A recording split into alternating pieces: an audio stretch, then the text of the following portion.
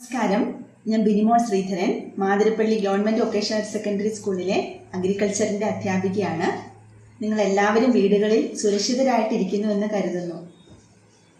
അവധി ദിവസങ്ങളിൽ നമ്മൾ നമ്മുടെ കുടുംബാംഗങ്ങളോടൊപ്പം അല്ലെങ്കിൽ നമ്മുടെ സുഹൃത്തുക്കളോടൊപ്പം വൈകുന്നേരം ചിലവഴിക്കാൻ പ്രകൃതിയുടെ പച്ചപ്പ് തേടി പോകാറില്ലേ? നമ്മുടെ തിരക്കുള്ള പാർക്കുകളൊക്കെ അതിന് നേർസാക്ഷികളാണ്. എന്തിനാണ് നമ്മൾ അങ്ങനെ പോകുന്നത്? നമ്മൾ ഒത്തുചേരുമ്പോൾ ഉണ്ടാകുന്ന ആ ഒരു സന്തോഷം. എങ്കിൽ പിന്നെ നമുക്കത് നമ്മുടെ വീടുകളിൽ തന്നെ ആയിക്കൂടെ? നമ്മുടെ വീട്ടിലും നന്നായിട്ട് അറേഞ്ച് ചെയ്ത ഒരു പൂന്തോട്ടവും ഒരു പുൽമെത്തയും നമുക്ക് ചെയ്തുകൂടെ? ഇന്നത്തെ ക്ലാസ് പുൽത്തകിടി നിർമ്മാണവും പരിപാലനവും എന്ന വിഷയത്തെക്കുറിച്ചാണ്. ഇനി പുൽത്തകിടി അഥവാ ലോൺ, അതിൻ്റെ ഒരു ഡെഫിനീഷൻ അഥവാ നിർവചനം നമുക്കൊന്ന് നോക്കാം. Loan is an area of soil covered with grass which are maintained at a short height with a lawn mower for aesthetic purpose. മനോഹരമായ രീതിയിൽ വെട്ടി നിർത്തിയ പുല്ല് പിടിപ്പിച്ച ഒരു സ്ഥലം, അതാണ് പുൽത്തകിടി അഥവാ ലോൺ. ഒരു പൂന്തോട്ടത്തിൽ ഒരു പുൽത്തകിടിയുടെ ഉദ്ദേശങ്ങൾ എന്തൊക്കെയാണെന്ന് നോക്കാം. നമ്മൾ നന്നായിട്ട് പരിപാലനം ചെയ്യുന്ന ഒരു പൂന്തോട്ടത്തിലേക്ക് പ്രവേശിക്കുമ്പോൾ പലതരത്തിലുള്ള ഉദ്യാന ഘടകങ്ങൾ നമുക്ക് കാണാൻ സാധിക്കും. പല നിറത്തിലും പല രീതിയിലുമുള്ള പുഷ്പങ്ങളുള്ള പൂച്ചെടികളുടെ ഒരു കൂട്ടം, അതായത് ഫ്ലവർ ബെഡ്, പല ഘടകങ്ങളെ തമ്മിൽ വേർതിരിക്കുന്ന ബോർഡർ, കുറ്റിച്ചെടികളുടെ പല പല കൂട്ടങ്ങൾ അഥവാ ഷബറികൾ, ഇങ്ങനെ പലതരത്തിലുള്ള ഘടകങ്ങൾ കാണാൻ സാധിക്കും. ഇവയൊക്കെ ഏറ്റവും നല്ല രീതിയിൽ സെറ്റ് ചെയ്യാൻ സാധിക്കുന്നത് ഒരു ലോണിൻ്റെ ഉദ്ദേശം തന്നെയാണ്. പൂന്തോട്ടത്തിലെ പുൽമെത്തയ്ക്ക് മറ്റു ചില ഉദ്ദേശങ്ങളുമുണ്ട്. നമുക്കറിയാം, നല്ലതായിട്ട് പരിപാലനം ചെയ്യുന്ന ഒരു പൂന്തോട്ടത്തിലെ പ്രധാന ഘടകം തന്നെയാണ് പുൽമെത്ത. അത് ഏറ്റവും നല്ല ഒരു സെൻറ്റർ ഓഫ് അട്രാക്ഷനാണ്. അതിന് ചുറ്റും നമുക്ക് മറ്റ് ഘടകങ്ങളെല്ലാം നമുക്ക് അറേഞ്ച് ചെയ്യാൻ സാധിക്കും. സോഷ്യൽ ലൈഫിൽ വളരെയധികം പ്രാധാന്യം കൊടുക്കുന്നു. അതുപോലെ തന്നെ നമുക്ക് ഔട്ട്ഡോറിൽ ഒരു നല്ല ഗ്രീൻ കാർപ്പറ്റ് അഥവാ പച്ച പരവതാനി ആണ് ഈ പുൽമെത്ത നമുക്ക് പ്രദാനം ചെയ്യുന്നത്. അതുപോലെ തന്നെ നമുക്ക് കണ്ണിനും മനസ്സിനുമൊക്കെ ഒരു നല്ല ഒരു ആനന്ദദായകമായ കാഴ്ചയാണ് നന്നായിട്ട് പരിപാലനം ചെയ്ത പച്ചപ്പ് നിറഞ്ഞ ഒരു പുൽമെത്ത. ഒരു ലോൺ അഥവാ പുൽത്തകിടിയുടെ ഇമ്പോർട്ടൻസുകൾ എന്തൊക്കെയാണെന്ന് നമുക്ക് നോക്കാം. ലോൺ എന്ന് പറയുന്നത് ഒരു നാച്ചുറൽ ഗ്രീൻ കാർപ്പറ്റാണ്. അതുപോലെ ഒരു ഗാർഡന്റെ ഹാർട്ട് തന്നെയാണ് ഒരു പുൽത്തകിടി എന്ന് പറയുന്നത്. നമുക്കറിയാം, ഒരു ഹാർട്ട് എന്ന് പറയുമ്പോൾ അതിന് എന്തുമാത്രം ഇമ്പോർട്ടൻസ് ഉണ്ടെന്ന്. അത്രമേൽ ഇമ്പോർട്ടൻസ് ഒരു പുൽത്തകിടിക്കുണ്ട്. നമ്മുടെ ഒരു ദിവസത്തെ വർക്കിന് ശേഷം നമുക്ക് കുടുംബാംഗങ്ങൾക്ക്, കുട്ടികൾക്കും എല്ലാവർക്കും ഒത്തൊരുമിക്കാനുള്ള ഒരു നല്ല സ്ഥലം തന്നെയാണ് പുൽമെത്ത എന്ന് പറയുന്നത്. അങ്ങനെ കൂടിച്ചേരുമ്പോൾ ഉണ്ടാകുന്ന സന്തോഷം, അതുപോലെ ഉല്ലാസം, അതൊക്കെ പറഞ്ഞറിയിക്കാവുന്നതാണ്. ഇതെല്ലാം നമുക്ക് ഒരു പുൽമെത്തയുടെ പ്രാധാന്യം തന്നെയാണ്. അതുപോലെ തന്നെ ഒരു ഗാർഡന് ഏറ്റവും കൂടുതൽ ബ്യൂട്ടി കൊടുക്കുന്നത് പുൽമെത്ത തന്നെയാണ്. പിന്നെ നമുക്ക് സമാധാനം, അതുപോലെ സന്തോഷം ഒക്കെ പ്രദാനം ചെയ്യുന്നു. അന്തരീക്ഷ മലിനീകരണം, പൊല്യൂഷൻ കുറയ്ക്കാനായിട്ട് പുൽമെത്തയ്ക്ക് സാധിക്കുന്നുണ്ട്. അതുപോലെ മഴക്കാലത്ത് നമ്മുടെ മുറ്റത്ത് ചളി ഒക്കെ വന്ന് വൃത്തികേടാവുന്നതിനെ തടയാൻ സാധിക്കുന്നു. വേനൽക്കാലത്ത് പൊടിപടലങ്ങൾ കുറയ്ക്കാനായിട്ട് സാധിക്കുന്നു. മണ്ണൊലിപ്പ് അഥവാ ഇറോഷൻ നമുക്ക് കൺട്രോൾ ചെയ്യാനായിട്ട് സാധിക്കുന്നു. അതുപോലെ തന്നെ ഇത് ലോൺ നമ്മൾ വെട്ടി നിർത്തുമ്പോൾ ആ കിട്ടുന്ന ആ വേസ്റ്റ് പുല്ല് ഉപയോഗിച്ചിട്ട് നമുക്ക് കമ്പോസ്റ്റ് നിർമ്മിക്കാം. അതുപോലെ തന്നെ കന്നുകാലികൾക്കുള്ള തീറ്റ അഥവാ ഫോഡർ പർപ്പസിനും നമുക്ക് ഉപയോഗിക്കാം. അപ്പോൾ ഇത്രയൊക്കെ പ്രാധാന്യം നിറഞ്ഞതാണ് ഒരു പുൽത്തകിടി എന്ന് പറയുന്നത്. പുൽത്തകിടി ഉണ്ടാക്കാൻ നമ്മൾ ഉപയോഗിക്കുന്ന പുല്ലിനങ്ങൾക്ക് കുറച്ച് സവിശേഷതകളുണ്ട്. അതാണ് ക്യാരക്ടേഴ്സ് ഓഫ് ലോൺ ഗ്രാസ് എന്ന് ഉദ്ദേശിക്കുന്നത്. ഒന്നാമതായിട്ട് തന്നെ നല്ല പെട്ടെന്ന് തന്നെ എസ്റ്റാബ്ലിഷ് ചെയ്യുന്നതായിരിക്കണം. നല്ല തിക്കായിട്ടുള്ള ഗ്രോത്ത് ഉള്ളതായിരിക്കണം. നമ്മൾ ഇടയ്ക്കിടയ്ക്ക് മൂവ് ചെയ്യുമ്പോൾ, അതായത് വെട്ടി നിർത്തുമ്പോൾ അതിനെ വിത്ത്സ്റ്റാൻഡ് ചെയ്യുന്ന കപ്പാസിറ്റി ഉണ്ടായിരിക്കണം. അതുപോലെ ടോളറേറ്റ് ചെയ്യണം, അതായത് ഡ്രോട്ട്, കോൾഡ് എന്നിവയൊക്കെ ടോളറേറ്റ് ചെയ്യണം. പിന്നെ വർഷം മുഴുവനും നല്ല പച്ചപ്പിൽ നല്ല ഭംഗിയായിട്ട് നിൽക്കുന്നത് തന്നെയായിരിക്കണം നമ്മുടെ ലോൺ ഗ്രാസ്. നമ്മൾ സാധാരണയായിട്ട് ഉപയോഗിക്കുന്ന ലോൺ ഗ്രാസ് ഇനങ്ങൾ ഏതൊക്കെയാണെന്ന് നമുക്ക് നോക്കാം. ഒന്നാമത്തേതാണ് ഹരിയാലി ഗ്രാസ്. അതിൻ്റെ മറ്റു പേരുകളാണ് ഡൂബ് ഗ്രാസ്, ബെർമുഡ ഗ്രാസ് എന്നിവ. ഇതിൻ്റെ ശാസ്ത്രീയ നാമം സൈനഡോൺ ഡാക്ടിലോൺ. നമ്മുടെ നാട്ടിലൊക്കെ സുലഭമായിട്ട് കാണുന്ന കറുകപ്പുല്ല് തന്നെയാണിത്. ഇതിൻ്റെ പ്രത്യേകതകൾ എന്തൊക്കെയാണെന്ന് നമുക്ക് നോക്കാം. നല്ലതായിട്ട് സൂര്യപ്രകാശം ആവശ്യമാണ്. അതുപോലെ ചൂടുള്ള കാലാവസ്ഥ തന്നെയാണ് ഇതിനാവശ്യം. പെട്ടെന്ന് വളരുന്നു. അതുപോലെ നല്ല തിക്ക് ഗ്രോത്ത് ആണുള്ളത്. കീടരോഗബാധകൾ കുറവായിരിക്കും. മെയിൻ്റനൻസ് അഥവാ പരിപാലനവും കുറവ് തന്നെയാണ് വേണ്ടത്. രണ്ടാമത്തത് കാർപ്പറ്റ് ഗ്രാസ്, ഓക്സനോപ്പസ് കംബ്രസസ്. തണലുള്ള പ്രദേശങ്ങളിൽ നന്നായിട്ട് വളരുന്ന പുല്ലിനമാണിത്. മൂന്നാമത്തത് കിക്കിയു ഗ്രാസ് അഥവാ ബ്ലൂ ഗ്രാസ്. അതിൻ്റെ ശാസ്ത്രീയ നാമം പെനിസെറ്റം ക്ലാൻഡസ്റ്റിനം. വരൾച്ച അഥവാ ഡ്രോട്ടിനെ അതിജീവിക്കാൻ കഴിയുന്നതാണ്. Hilly area, high range area എന്നിവയ്ക്കൊക്കെ വളരെ സ്യൂട്ടബിൾ ആയിട്ടുള്ള ഒരു വെറൈറ്റിയാണ് ഇത്.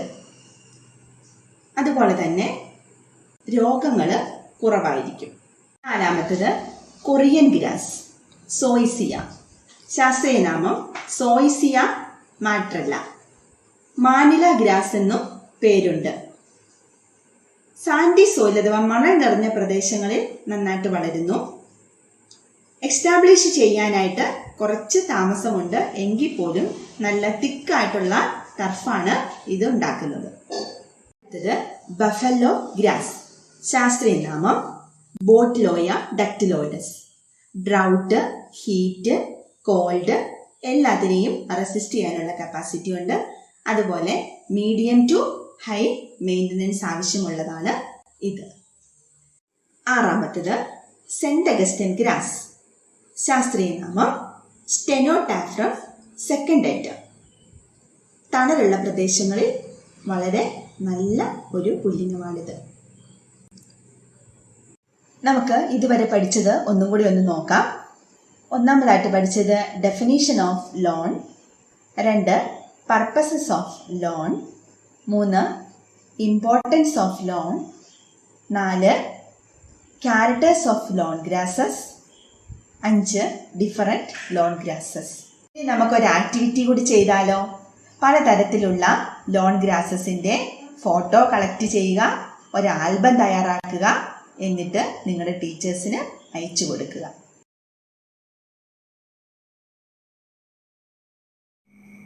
പ്രിയ കുട്ടികളെ, കഴിഞ്ഞ ക്ലാസ്സിൽ നിങ്ങൾ ഒരു ലോൺ അഥവാ പുൽത്തകിടി എന്താണെന്നും ഒരു ഉദ്യാനത്തിൽ ഒരു ലോണിനുള്ള പ്രാധാന്യം എന്തെന്നും അതുപോലെ തന്നെ ഒരു പുൽത്തകിടി നിർമ്മിക്കുന്നതിന് ഏറ്റവും അനുയോജ്യമായ പുല്ലിനങ്ങൾ ഏതൊക്കെയാണെന്ന് മനസ്സിലാക്കി അല്ലേ?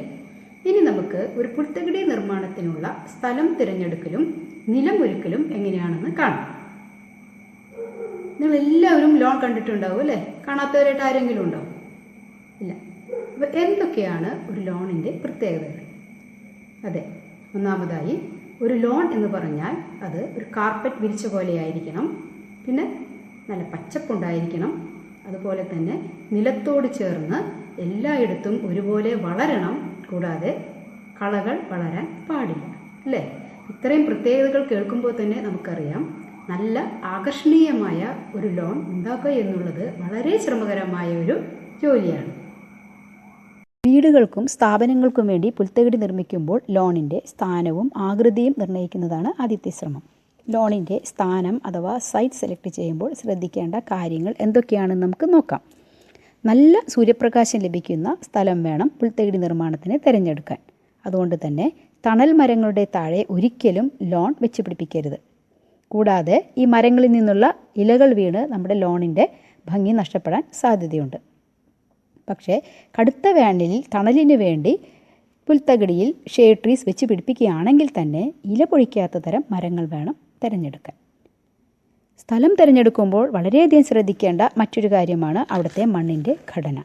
നല്ലൊരു മണ്ണിൽ മാത്രമേ നല്ല ആരോഗ്യത്തോടെ വളരുന്ന ഒരു പുൽത്തകിടി നിർമ്മിക്കാൻ കഴിയൂ.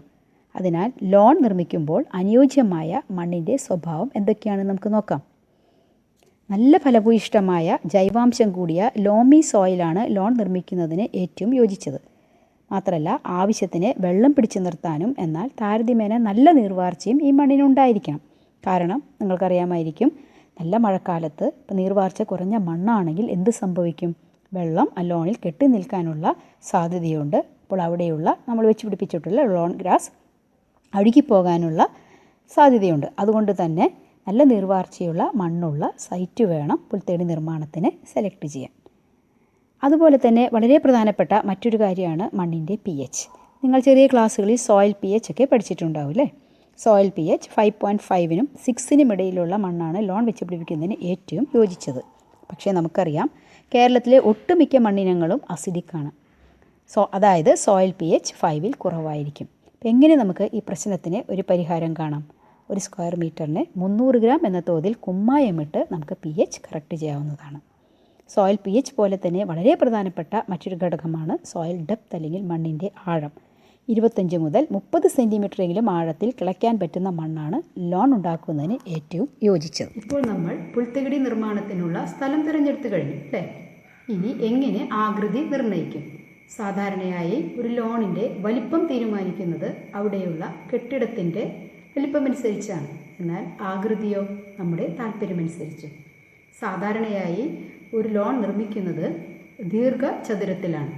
എന്നാൽ circular, semi circular, triangular, square എന്നീ ഷേപ്പുകളിലും നമുക്ക് ലോൺ നിർമ്മിക്കാവുന്നതാണ്.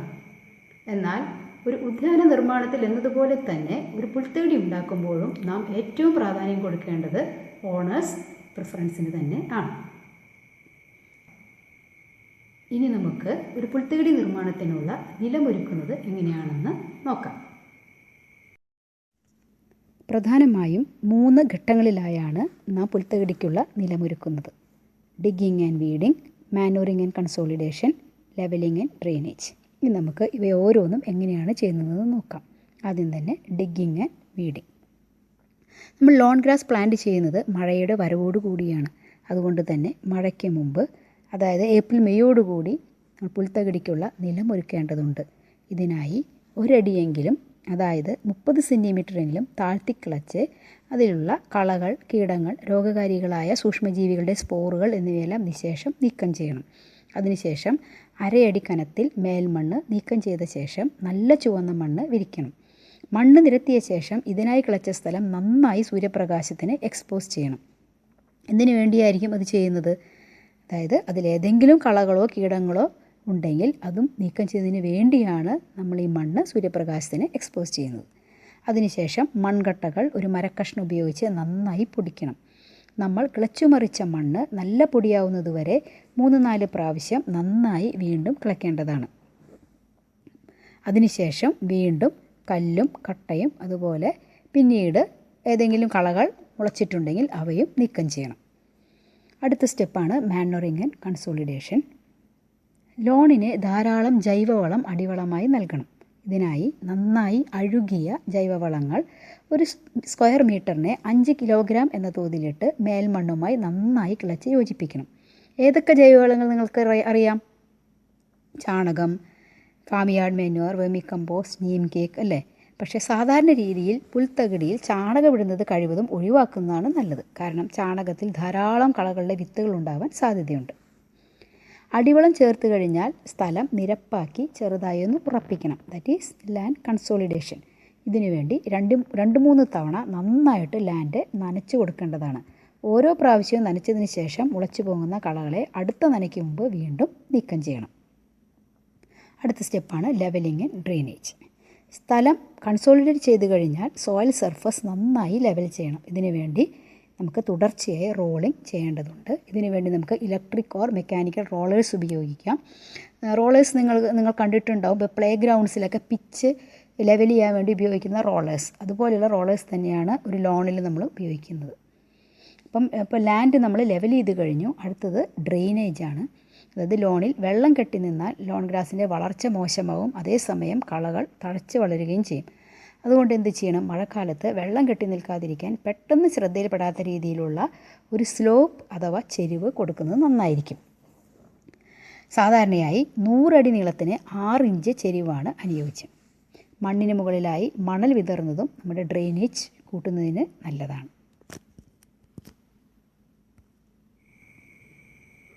ഇത്രയൊക്കെ കാര്യങ്ങൾ ചെയ്തു കഴിഞ്ഞാൽ ഒരു പുൽത്തകിടി നിർമ്മാണത്തിനുള്ള നിലം ഒരുങ്ങിക്കഴിഞ്ഞു. ഇന്ന് എന്തൊക്കെ കാര്യങ്ങൾ നമ്മൾ പഠിച്ചു? ഒരു പുൽത്തകിടി നിർമ്മിക്കുന്നതിനുള്ള സ്ഥലം തിരഞ്ഞെടുക്കുന്നത് എങ്ങനെയാണ്, അവിടെയുള്ള മണ്ണിൻ്റെ ഘടന എങ്ങനെയായിരിക്കണം, അതുപോലെ തന്നെ നിലമൊരുക്കുന്നതിനുള്ള വിവിധ ഘട്ടങ്ങൾ എന്തൊക്കെയാണ് അല്ലേ?